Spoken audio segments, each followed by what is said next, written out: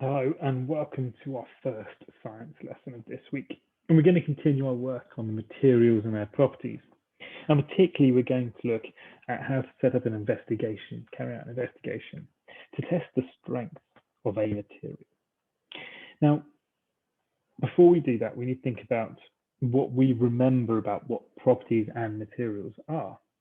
So the first thing, we need to think about what we might be able to do this lesson. So can I identify the properties of various materials, thinking from the last lesson we did?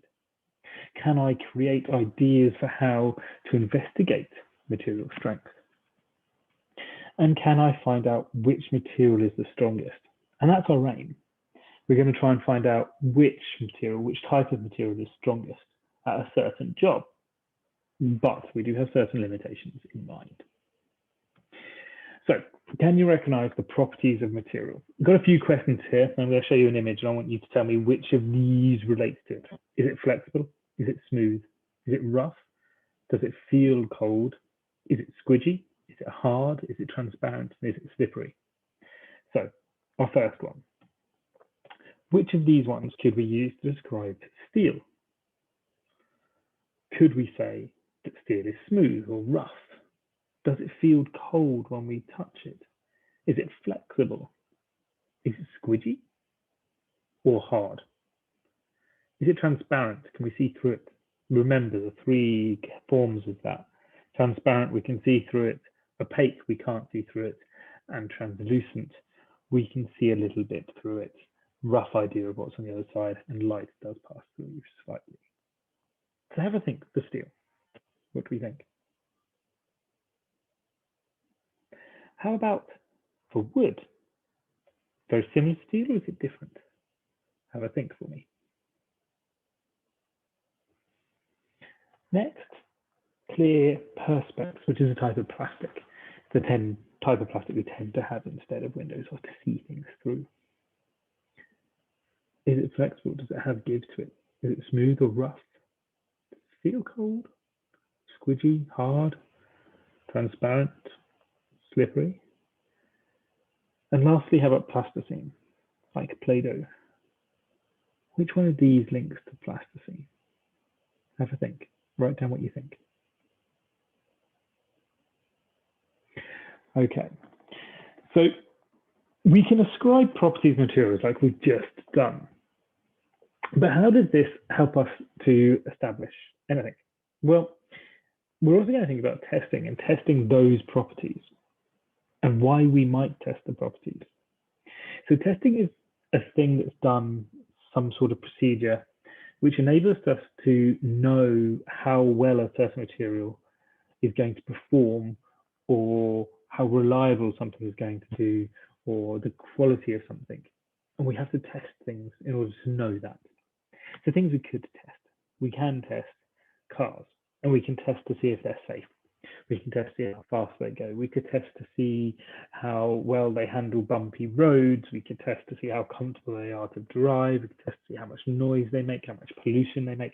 We can test all sorts of things about cars. We could test mattresses to see how comfortable they are, soft or firm, or how we want them to be.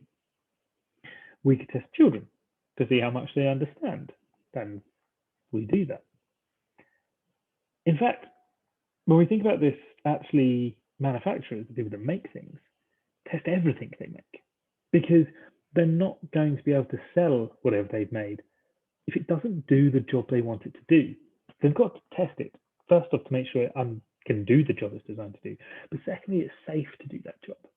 And that's really important, because if you were to buy an object that did a job so well, but then broke and hurt everyone around it, you'd probably never buy it again. So that safety aspect is quite important, because then it leads to it being used more. And these are all the set things that we need to think about when we test, because we need to think about how we're testing something and what we're doing when we test something. So we need to think about creating ideas of how we could investigate material strength. We'll just think about the strength of a material. There could be lots of different types of materials, but in this case, what could we do to investigate it?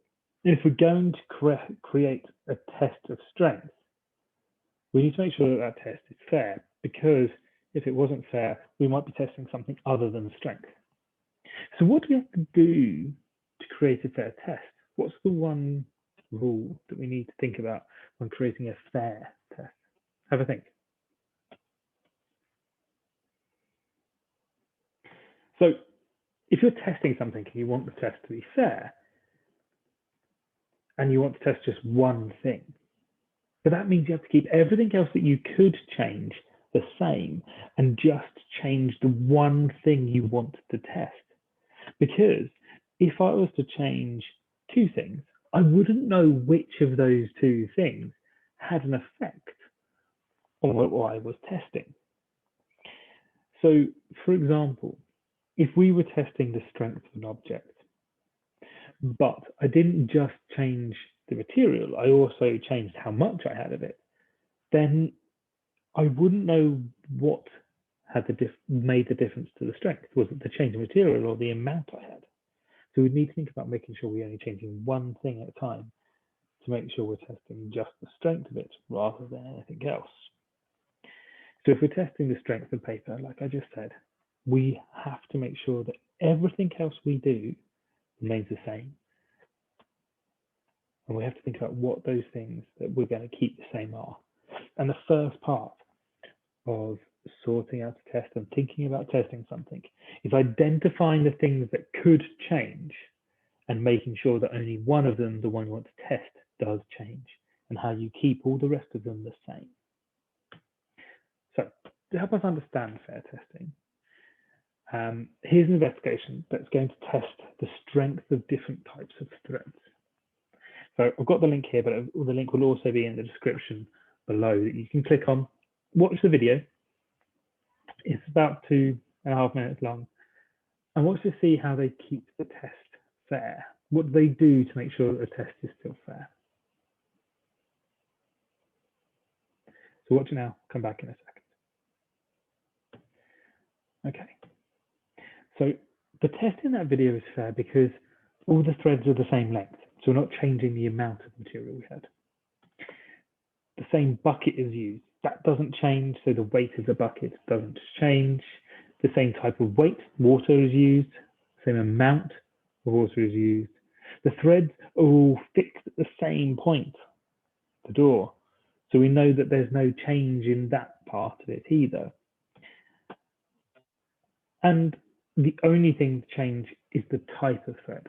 So we can be sure that when we're testing this, the thing that has had effect on the weight that it can carry is the material a thread's made of rather than anything else. Now, quick note, water is quite messy when being used. So if you're not going to use water, what else could you use? And if you are using water, make sure if you do this test, if you do it over a sink or a bath, so that it's not going to make a huge amount of mess, and we're going to get in trouble for causing you to flood your parents' houses, which is not what we want. So what you're going to do, you're going to look around your house. You're going to find as many different types of paper as you can find. Here's a few examples. We've got toilet paper, we've got wrapping paper, kitchen roll, A4 plain paper, we've got the paper cardboard that are breakfast cereals made of, we've got newspaper, we've got magazine paper, all different types of paper. I want you to collect as much as you can. Now, when you are, make sure you have permission to use that particular material, make sure it's not needed, it's not important, but collect about 5 different types of paper if you can. Once you've collected the paper, what you're going to do is you're going to make a prediction. So you're going to have the paper in front of you, you're going to look at it, you're going to decide which one of those papers do you think is going to be the strongest. And this is before you do any sort of testing. Now you can use any information you already have, or any ideas you might have, or any scientific understanding you have that might give you a reason why you think one might be stronger than the other. And normally when you make a prediction, you talk about the reason why you've made that prediction. You say, I think it's going to be toilet paper because it's so long. Thirdly, you're going to design an experiment. You're going to test the strength of different paper types. You've got to remember to keep it safe. So if you're going to keep it fair, you can only change the type of paper. So you want to make sure that all of the papers are the same size. So decide on a size and cut all of them down to that same size, because otherwise we could be testing the amount of paper that we've got. Remember to keep the weight the same. If you're going to use water, do it somewhere safe that you don't flood everywhere. If you're going to use different weights, just keep it the same weight. Doesn't even matter what that weight is, it's just got to be the same. And finally, actually do the test. Take some pictures, see what you find out, record it. Come up with a result. Which of your papers was the strongest?